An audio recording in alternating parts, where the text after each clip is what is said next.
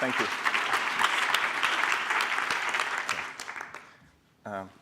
Hi, everyone. Good morning. Thank you, Robert. First, I want to thank the Foulkes Foundation and the Academy of Medical Science and Robert and others on the selection committee for kind of the honor of selecting me for the medal, which I'm particularly delighted for because I really feel aligned with these missions of the foundation and the Academy of Medical Science of promoting excellence in research and really training clinicians how to be better scientists and training scientists how to be better clinicians. Let's see. So I'm going to, I've been asked to talk to you about my science. So I'm going to talk about cancer, about cancer evolution, about how we use different methods to study cancer evolution through circulating tumor DNA. I've also been asked to talk about a bit about my career history, so that opened the floodgates, and I'm going to indulge in a bit of nostalgia and tell you a little bit about my different career stages. And finally, to try to give a few tips for that hopefully would be useful for your thinking about your career. So my work is in cancer, at least for the last 10 or so years since I finished my PhD. Cancer, as you know, and cancer presents, we try to get out as many of the cancer cells as we can. If we fail and there are cancer cells remaining in the body, what we unfortunately see is a picture some years or shorter time afterwards of multiple metastatic clones appearing.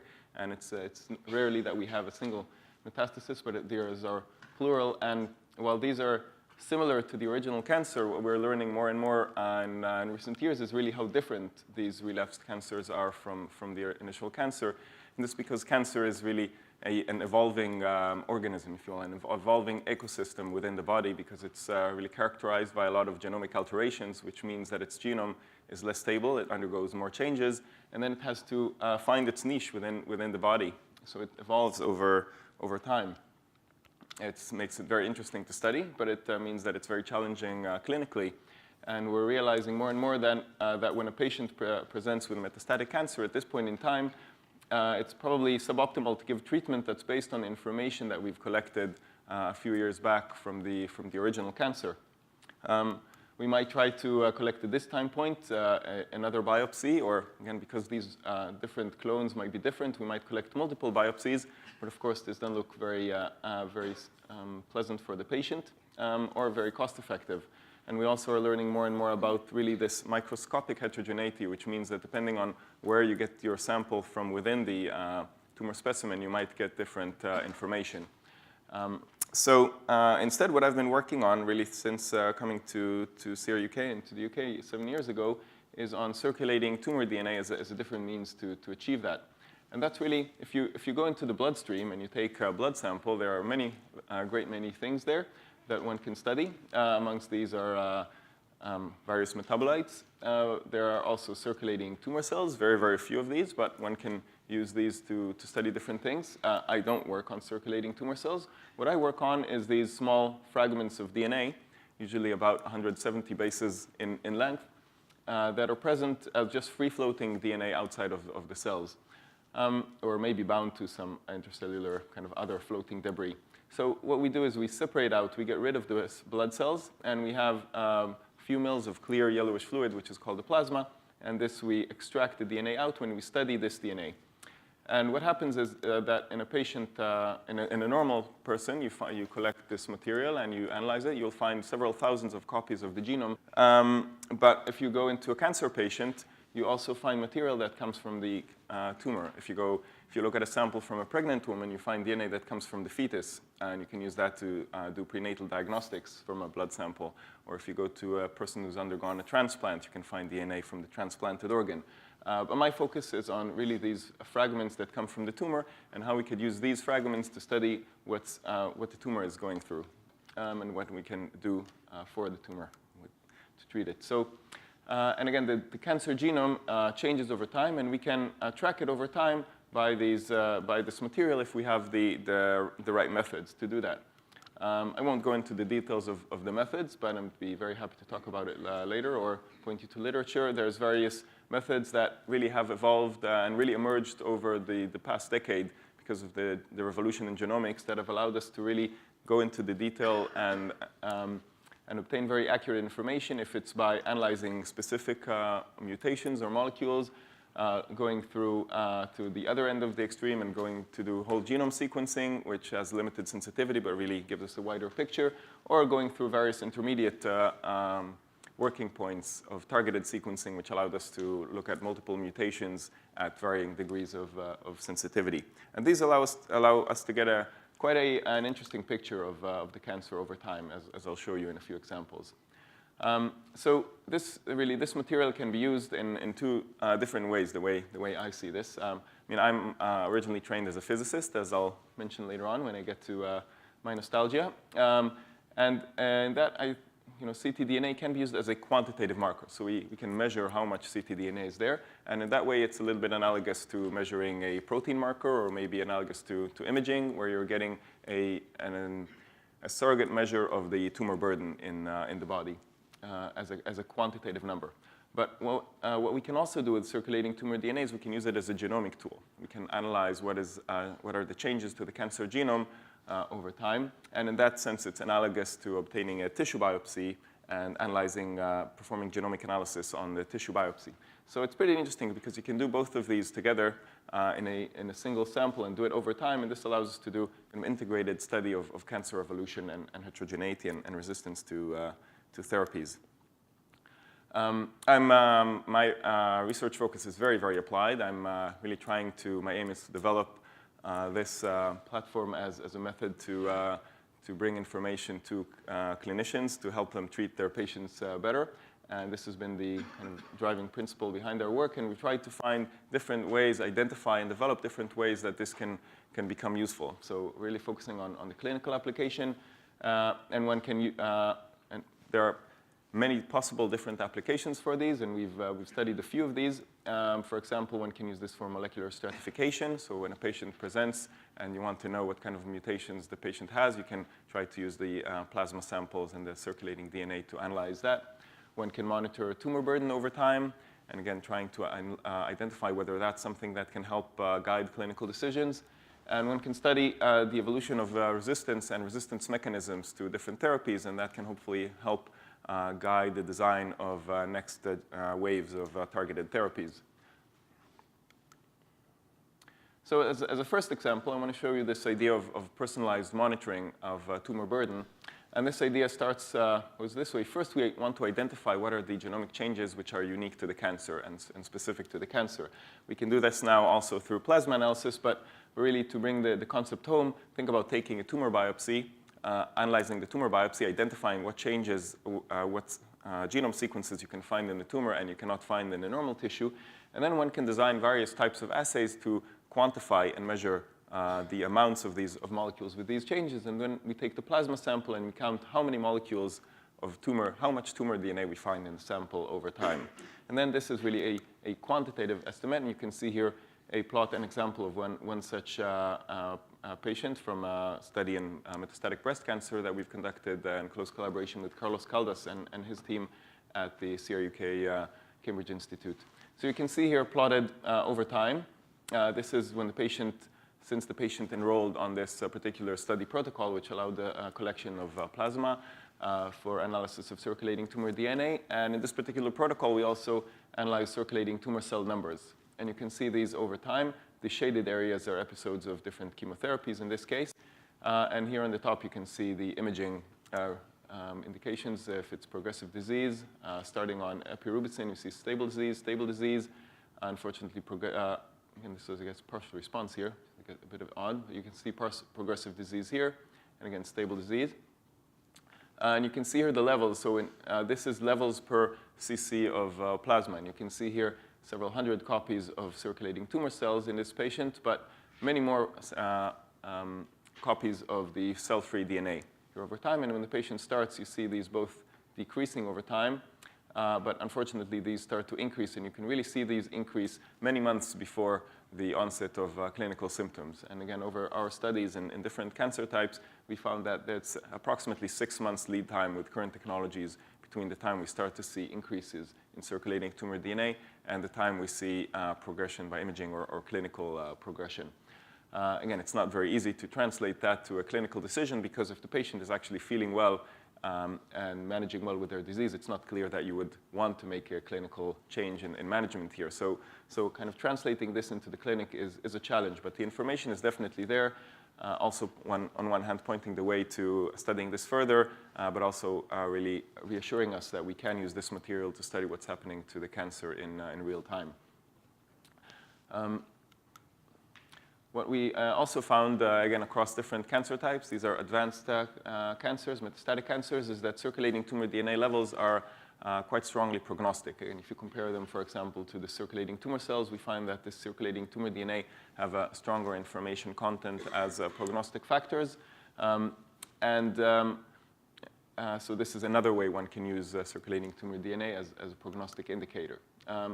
And again, this is in very advanced cancer patients. And in advanced cancer patients, especially when the patients are progressing with cancers, the levels of circulating tumor DNA are very high because the cancer is very active, it's growing, and it has a large tumor burden. And these could be, at these time points, again, as a median, this is about 10% of the total DNA in the plasma ends up being coming from the tumor, which is not because 10% of the cells in the body are tumor cells. It's just that there is much more turnover of cancer cells compared to normal cells in the body.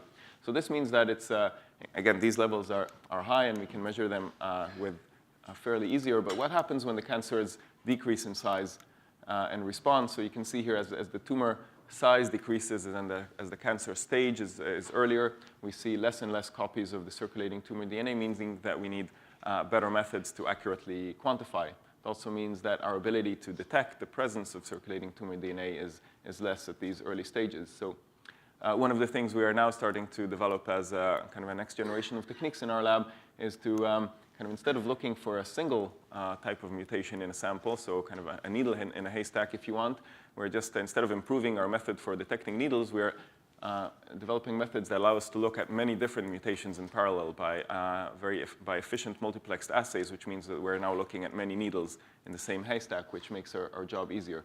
And this can increase our ability to detect the cancer when it's at earlier stages. So kind of instead of tracking a single mutation, we are now looking at data that looks like this, where we're tracking dozens of mutations at each time point and are getting several things out of it. One is that we're getting much more sensitive here at these points where the tumor burden is lower. So even if 20 assays come up negative, we still have several assays coming positive, and we can do the statistics to analyze what's the actual average tumor burden. And we can also see some of these changes over time and try to see which of these mutations is changing and increasing or decreasing, which I'll show you some more example in later slides of how that can be informative. And of course, as a prognostic factor, there may be some value in advanced cancers, but I think one area where this can be highly valuable is in patients who've just undergone treatment with what we hope is curative treatment, and we want to know whether they need further adjuvant treatment or not. This is a paper published last year from the group at ICR by Nick Turner and colleagues, and they looked at breast cancer patients after initial surgery. And they found that patients where they could detect levels of circulating tumor DNA after surgery had a very bad prognosis, and most of these relapsed after really less than nine months. But the patients where they didn't find anything, again, very few relapsed earlier on, but they actually did, a significant fraction did relapse in the first 2 years. So what we're hoping is that, again, with more sensitive methods, we can really identify more of these patients who relapsed by looking not at a single mutation, but at multiple mutations together. But really, what we really hope to get out of this is to be able to say if our assay is really clear, looking at dozens of mutations together, that these patients really do have a good prognosis. And maybe this can be accurate enough to impact the number of patients who need to get adjuvant treatment following curative surgery, which is, of course, a very major health burden and an increasing health burden as more and more people and patients get diagnosed with earlier cancers thanks to advances in the detection and diagnosis techniques. ctDNA can also kind of be conceived as being useful for earlier diagnosis or even early detection of cancer, but really that's a kind of topic for a whole different discussion, and it has kind of a lot of limitations and challenges. And we have kind of very early work in that direction, which hopes to kind of to support that direction, but I think it's much earlier on than that compared to what we can do with these advanced cancer patients or patients who've already been diagnosed. So this is the kind of data you can get by quantifying cancer over time, but you can ask different questions. For example, you can ask, can we see mutations that are in specific pathways and that can help us guide treatment into particular treatment directions? And you can use various methods to do that. But one method that we've developed earlier on in the lab is a method that really uses targeted sequencing to achieve both things in parallel. That allows us both to track mutations over time, but also to identify, to analyze specific mutations that we're looking for, and also to identify new mutations. Again, I won't have time to go into the details today. So say again, this follows a few steps of amplification, sequencing on next-generation sequencing systems, and then data analysis that's specifically designed to get exactly the bits of information that we want. And just to give you an example of the kind of data this allows us to get. So this is really an example from one of the first patients that we analyzed with this method.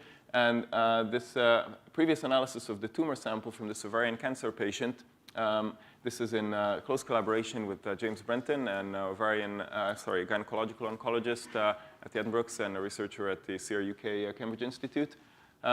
And again, in this work, we started with patients where previous analysis of the tumor identified 53 mutations. And so we applied our method, and we were hoping to find the same 53 mutation in the plasma sample, which we did. But also, to our surprise, we found another mutation in EGFR. And going back to the tumor, we didn't find this mutation in EGFR. So James and Christine Parkinson and their colleagues went back to pathology, and they took 8 different specimens from pathology from different areas that were removed in the initial debulking surgery. And in very kind of sensitive analysis, what we can find is really a subset of these tumor specimens had trace levels of this EGFR mutation. Whereas in the plasma, again, this was 15 months after the time of initial surgery, we collected another sample another year later, and again, confirmed the presence of this EGFR mutation in the plasma of this patient. So this really points to several things. It really shows the heterogeneity in the tumor, showing that depending on which sample you choose to analyze, you might get a different answer, which is, of course, very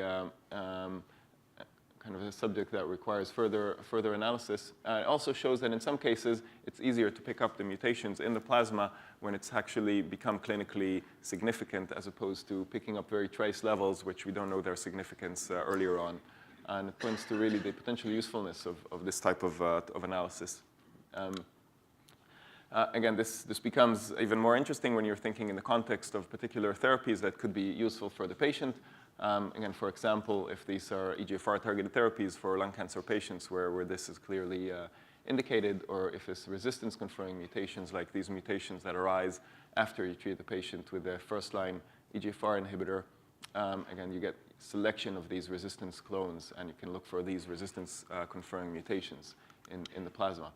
So realizing that this could be very clinically useful, we tried to find a way to get this implemented in a way that can be deployed in larger scale. We spent a bit of time and finally got investors to put money into a commercial venture, which we called Inivata, which really aims to take these technologies and apply them at a commercial scale to improve them, optimize them, and make this available. And really work at Inivata with my colleagues allowed us to really bring down the sensitivity for detection and to bring down the background noise, so that now our sensitivity has gone down from about 1 to 2% mutant allele fraction in the sample to 0.1 to 0.2% mutant allele fraction. So we can pick up an unknown mutation even if it's only one copy in 500 other or 1,000 other molecules. And again, we've started to do studies to validate this clinically. This is some data from our initial collaboration with colleagues at the Institut Gustave Roussy, just outside Paris. And really, you can see here that comparing the analysis in plasma and analysis in a tumor biopsy, when tumor biopsy is available, the concordance was very good at 90%. And really, in many of the patients, it's just very difficult to get the biopsy material and enough material for that to perform the genomic analysis in these lung cancer patients, even for an expert center like the Gustave Roussy.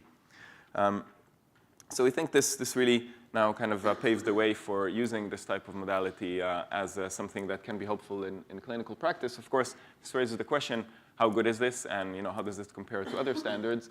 And I think an important point there is what are you going to compare this to? So obviously, if you're going to collect a blood sample here, and if your comparator is collecting multiple tumor biopsy and doing in-depth genomic analysis of these, I'd be quite comfortable going with this method. The problem, of course, is that this is not often available. If you're going to compare this to a sample that's been collected several years back, I think that there's a lot going for doing the analysis in kind of in real time in the patients. Not to mention, again, the large fraction of patients where you just don't even have material for this analysis even at the first go. Of course, an important question is what happens really if you could get a biopsy at this time compared to a plasma sample. And again, I think there's a lot of data that we're now starting to accumulate, and I'll show you one example which kind of suggests that one could look at this in different ways. So really looking at these advanced cancer patients, what we did is use these cases with very high circulating tumor DNA level to allow us to use methods which are less sensitive but broader in terms of scope of analysis to try to get more information out of this, to study in greater depth both the kind of the properties and also the implications of circulating tumor DNA. And really, this is another example from our collaboration with James Brenton. This is from a patient with ovarian cancer. You can see here multiple lines of therapy for this patient. You can see here when the patient enrolled and we started collecting plasma samples, 20% of the DNA in the plasma had this mutant P53. But patient started on therapy, which was effective for a while, but then the patient relapsed with 35% of the DNA being coming from the tumor. And then after another line of therapy, 50% of the DNA in our sample comes from the tumor. And this is as good or probably even better than what you might get from an FFPE sample or from a tumor biopsy, which means that we can do methods which are quite extensive in terms of analysis. And Muhammad Murtaza, who was a PhD student in the lab, actually the first PhD student in the lab, suggested, well, if we have the plasma samples, we have samples before treatment, we have samples after treatment, the levels are very high. If only we can implement methods to do exome sequencing in the plasma samples, we can really look at the whole profile of mutations before treatment and after treatment and look at what mutations might be related to resistance by kind of doing this statistically. And this worked fantastically well. Murtaza, I'm again happy to say, is one of the people in my lab that came to the lab to do a PhD after initial clinical training or clinical education. I guess he was initially planning to go on and continue training to become a pathologist, but unfortunately for the practice of pathology, he was very successful in his PhD and just decided to continue in science instead. So he's set up his own group in the US, in Arizona. But that's to be for the later topic of career paths, but he's not a very good example because I think few people have been kind of so successful in their PhDs as he's been in his short time with us. But really what he's done in this, so he's managed to show for a small subset of patients that we can look at these changes over time and identify what changes the cancer is undergoing by exome-wide analysis and then pick up candidates for resistance mechanisms. But we've also used this in a different way. This is one of the patients from that study where Carlos Caldas and his team went back to they consented the patient for a research autopsy, and the patient generously consented to do that as she was kind of progressing and on palliative care. And when the patient died, they collected multiple samples from different locations and different metastatic clones. And then we had additional samples from earlier on and different plasma samples. And Murtaza used the exome sequencing across all of these different samples to really get a wide picture across this tumor and the multiple clones in this tumor. And this analysis allowed us to identify multiple mutations. And with these, we could draw a putative phylogenetic tree for this cancer. Again, seeing how all the metastatic clones diverged from the breast initial local clone and the local progression at the breast. And we could look at the plasma samples and see what mutations, how the mutations in the plasma compared to the mutations in different sites. Indeed, we can see that the mutations that were most prevalent in the plasma were those mutations that were present across all of the metastatic sites. So these are common mutations and early mutations. Following on from that were all these set of mutations that were common to all of this branch. So they were common to all of the metastatic clones. And again, there was a lot of tumor burden with this mutation in it, and these were more present in the plasma. But also, we could identify different mutations that were private to specific clones. For example, this lung cancer clone was the clone that progressed most aggressively as the patient unfortunately progressed and then died of her disease. And we could really see higher levels of these, of the lung-specific mutations here, again, many months before the patient progressed. Of course, this is analysis in hindsight, but it really shows that even in this case of multiclonal cancer, we can identify the different clones and see the different dynamics of these clones by this type of analysis. One can also analyze this, look at this in a different way, and ask the hypothetical question. Let's say we only had available to us a sample from the lung, and we had exome sequencing performed on that sample. We can see a lot of mutations. And looking at this sample, it's difficult to say which of these mutations are common to the different cancer clones and which are specific and private mutations. And again, half of the mutations we found are actually private to this clone. Whereas if one looks in the plasma, again, this is a bit turning a bug into a feature maybe. Of course, I'm looking at this from the plasma circulating DNA side. And a lot of the mutations that are specific to the lung cancer are missing. But actually, if you look across the board and you're picking out any particular mutation that you found in the plasma, it's much more likely to be a mutation that's prevalent across multiple sites than a mutation that's private to only a single clone. So that might also lead to, again, a more effective choice of treatment if it's based on something that's present more widely. Of course, all that kind of remains to be proven and is a kind of a conjecture. But it really points to kind of the different possibilities and the different advantages, disadvantages, and there's a lot more to be studied in this area. And the area is really now on a very kind of exponential growth because all these methods suddenly make this possible. And I think we'll continue to see a lot of growth and development in the field. So to kind of summarize kind of the science part with a kind of an example of how really one can conceptualize this being used clinically in the future. So really this is the example of EGFR mutations, which we might use in a lung cancer patients to prescribe for the patient treatment with a first-line treatment EGFR inhibitor like gefitinib. Again, this leads to hopefully successful killing of all these cells that just have the EGFR mutation. But then we can select, for example, a population that has the second resistance-conferring mutation. And we can track all of these mutations in plasma. And this is an example of one of the patients from a study that we've conducted together with Tan Min Chin, a long-term collaborator of us from Singapore. And the analysis is done by Dana Tsui, a very successful postdoc in the lab. And and what we see here is imaging data following 3 different lesions that were tracked in this patient. You probably are better at reading these pictures than I am, so I have to aid me this quantification looking at the size of these different lesions. And you can see here that starting on gefitinib, all of these lesions started by decreasing in size. Unfortunately, at this point, one of these lesions, I think it's this one, started increasing again. So at day 297, you see here actually this has grown in size. And at this point, this has outgrown the other lesions and then constituted progressive disease. And per study protocol, the patient was then switched to chemotherapy. And after a year of chemotherapy, again, the analysis was not as extensive during chemotherapy because this was then off the study. Actually, this lesion in the liver shrunk in size, whereas these other lesions actually progressed back again. The patient was put back again on TKI. And again, what we see is, again, these lesions, which are kind of evidently sensitive to the TKI, shrank back in size. And again, the data until this point didn't show an increase back in the liver lesion. And we can track over time also the presence of the different mutations. So again, we can see here the activating mutation. That's the target of gefitinib. And initially, it's very high because these lesions are large. Then it's decreasing in size. But then what happens here at this point when the liver lesion starts to increase in size, actually, they start to climb up. And together with them, we start seeing the resistance-conferring mutations, suggesting that really this lesion in the liver is driven by this resistance mechanism. So again, this was earlier on before the days of the third-generation inhibitors. Probably this now one would describe the third-generation inhibitors that are also active against this particular mutation.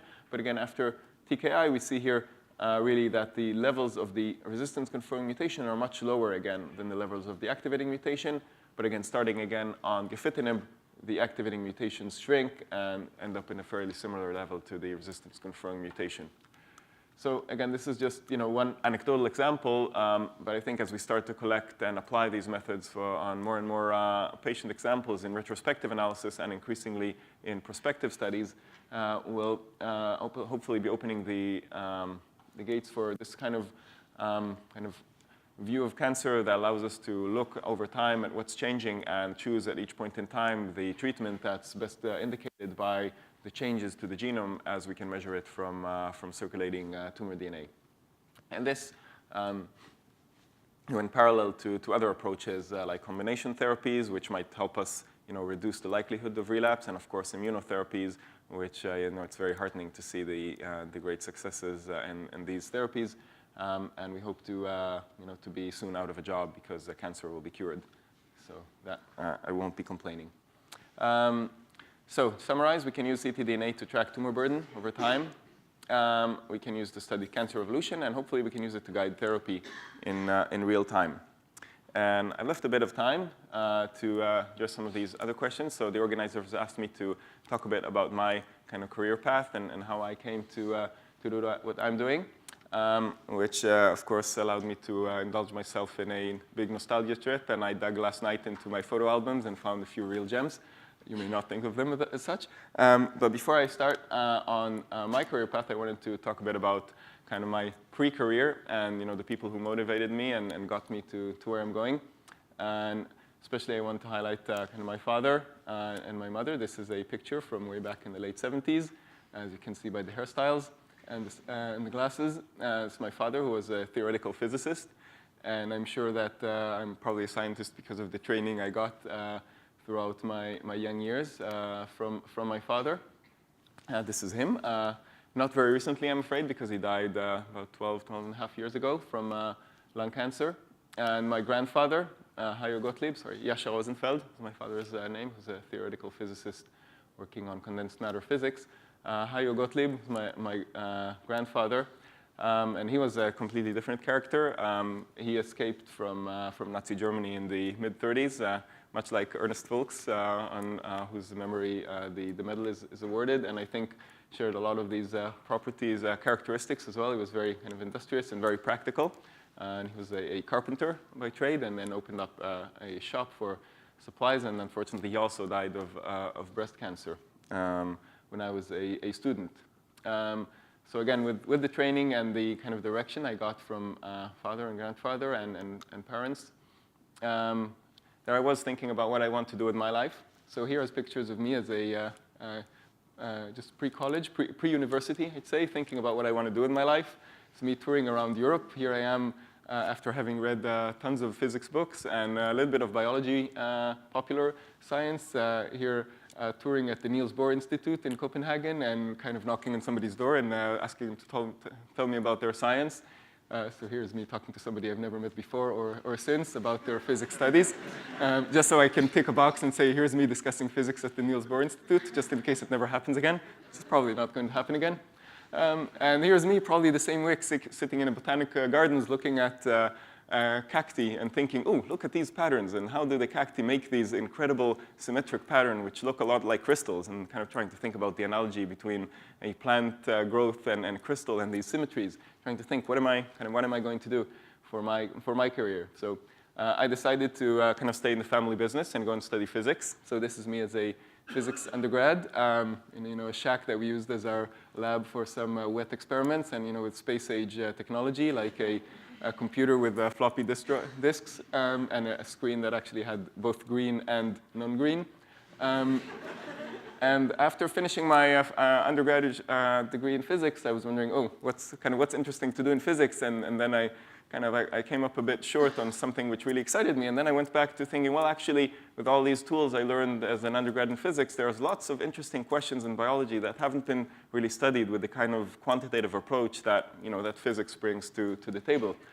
So I decided to join a lab that was just being set up in the area of systems biology. And this was a lab headed by Uri Alon, professor at the Weizmann Institute of Science, and really one of the pioneers of the field of systems biology. And I really had the luxury and the pleasure of being one of the first students in the lab, which was a fantastically successful lab.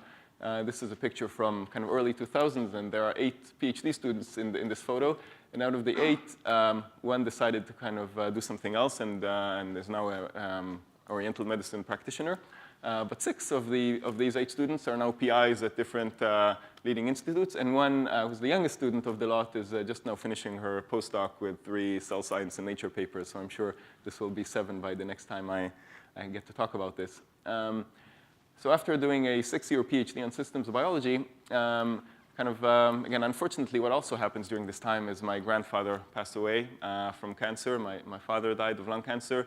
And here I was as a scientist feeling kind of very impotent and very ignorant and actually not knowing how I can help. And I was thinking that this is this is not what I'd like to do. And I really want something to come out from my science that can help me deal with it and can help me help maybe my loved ones.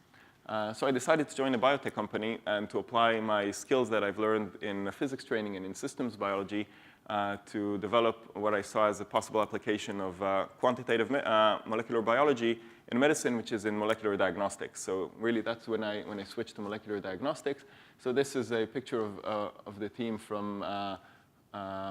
So this is the computational team. Oh, sorry, I skipped a few things. So I was going to show you a few bits from my PhD.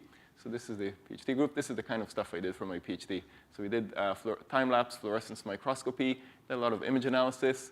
And we kind of tracked bacteria over time and looked at the fluorescence levels of different synthetic circuits and tried to identify which bacteria come from which parent, looking at kind of the heterogeneity and evolution of bacteria, and trying to fit this into mathematical equations, kind of very, very different than the kind of things I'm doing today, but these really gave me the tools to think about quantitative molecular biology, data analysis, modeling. And then with these tools, I went to join Rosetta Genomics, the biotech company, where I spent 4 years. I started as a computational biologist, but interesting thing about being in a small biotech company, it grows, changes very fast. So very rapidly, I became kind of head of the computational biology group, initially managing 2 people, and eventually managing 8 people with PhDs and postdocs. Which was a fantastic opportunity because I had the really close mentoring on how to manage a team, which is something I think is rare to find in academia because usually somebody finishes their postdoc and they're expected to somehow miraculously know how to kind of lead and manage a team. So I think kind of training in management is something that is really sorely missing in academia.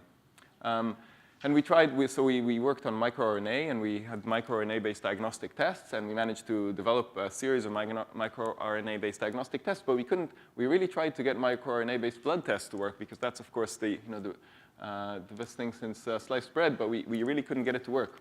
It wasn't specific enough. So, this is my computational biology team. This is kind of the whole company at its peak, about 50 or so people. And it was a fantastic place to work. I mean, the team was fantastic, and I had a great time and learned a great deal. We were very successful. We developed tests, we published papers, but we couldn't get the microRNA-based blood test to work. And that's when I started thinking, well, actually, maybe we can do something better. Maybe we can use, instead of microRNAs, we can use the mutations. So I came up kind of with this plan, and this is a snippet from kind of the research proposal I wrote in my spare time back in 2007. Again, describing these steps, and I tried to get the company to work on this, that they didn't have time to do so, so I tried to find other places, and luckily I found Cancer Research UK, which were willing to take a chance on me and to fund my research and help me start this. And it was very disheartening because just as I was interviewing for this position at CRUK, there was this leading group at the Johns Hopkins, which has just published what I was aspiring to do, and it's like The Simpsons, The Simpsons done it, so Johns Hopkins done it. And but I decided not to despair, and I thought, I'm sure there's plenty to do in this field. And again, the past 7 years at the CRUK Institute has been, I guess, a testament to that with perseverance and not giving up and being creative, there's lots that we still could do. So even though they've done what we set out to do initially, we ended up managed to be the first to show that we can identify mutations by next generation sequencing. We could show the superiority of monitoring over time. And again, we were the first to do cancer exome analysis in a liquid biopsy. And the great thing was, building the team throughout this. This was our kind of initial team. This is us kind of waiting expectantly for the first kind of paper to come out on the Science Translational Medicine website. And this is Murtaza and Christine and Dana, and my wife here joining us for the party. And then We set up Inivata, as I mentioned to you, and again, this is a fantastic team as well, and this is my team just as of a week or two ago. So that's me. Thanks for listening. A few minutes about you and maybe how I can give you some career advice. So I would say mind your P's. A few things to think about. What are important planning. Think about what you want your next step to do. And I know that all the clinicians are incredibly good at that because I could never kind of think of my career 10 years ahead and go to clinical school, go to do this, go to do a specialization. And I'm at awe at how people in their kind of early 20s or even younger than that can kind of plan that ahead. And when I was 20 and when I was 25, I had no idea what I was going to do. But it's probably pretty important.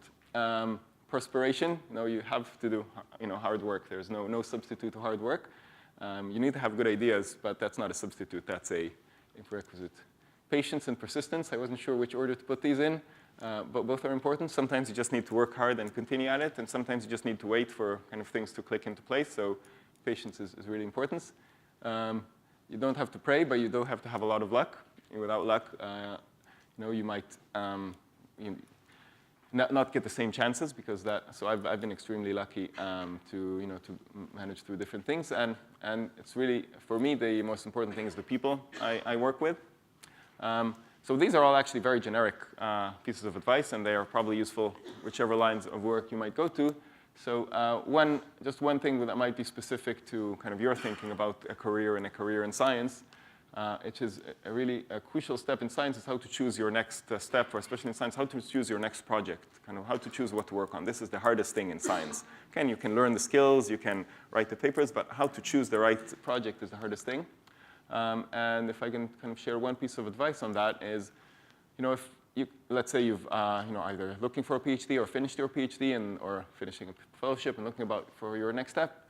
So you can either kind of choose a direction which really continues what you've done previously, but you're not really thrilled about it, or you can choose a direction which is completely new and really gets you excited, and you might kind of drive you to do lots. So how to choose between these? I would say you can do a lot of steps going into different directions that excite you and get you to get a lot out of yourself. But if you go in a completely different direction every time, you'll end up just going in circles. So this might not get you very far. You can kind of just stay and say, okay, I'm a specialist at this, and I'm going to do this.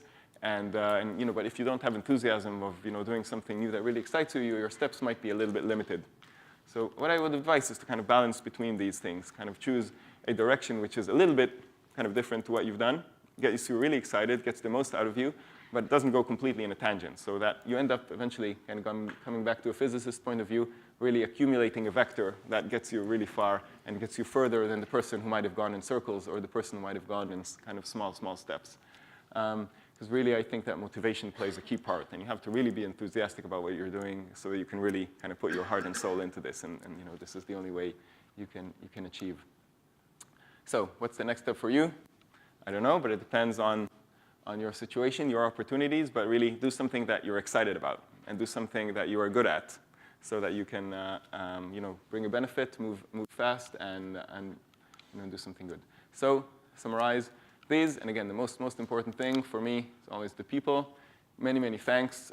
Thanks to my funders, Cancer Research UK, a bit of ERC and the Inivata funders, but mostly to the people, my collaborators, James and Carlos, and people in their team, my fantastic teammates.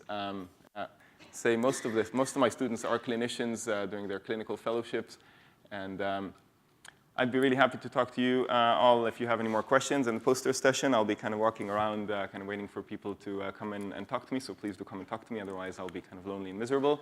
I'll probably only be here until lunchtime. But thank you very much, and thank you for listening.